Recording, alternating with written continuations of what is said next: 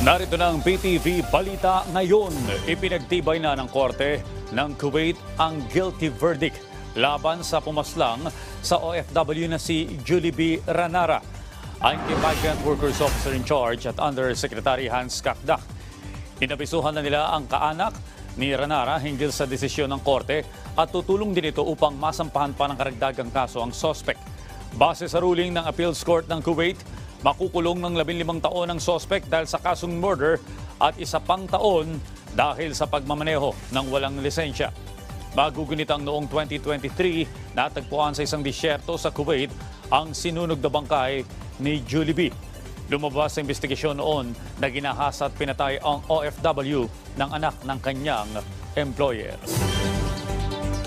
Sa iba pang balita, nakatakda ng sampahan ng kaso ang isang illegal recruiter matapos maaresto ng mga tauhan ng Department of Migrant Workers at ng Philippine National Police.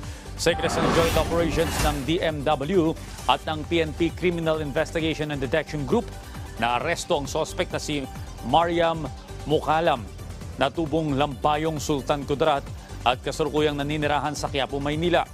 Nasa kote si Mukalam nang tanggapin ito ang 3,000 pisong application fees upang mapabilis umano ang pag-alis patungong Poland.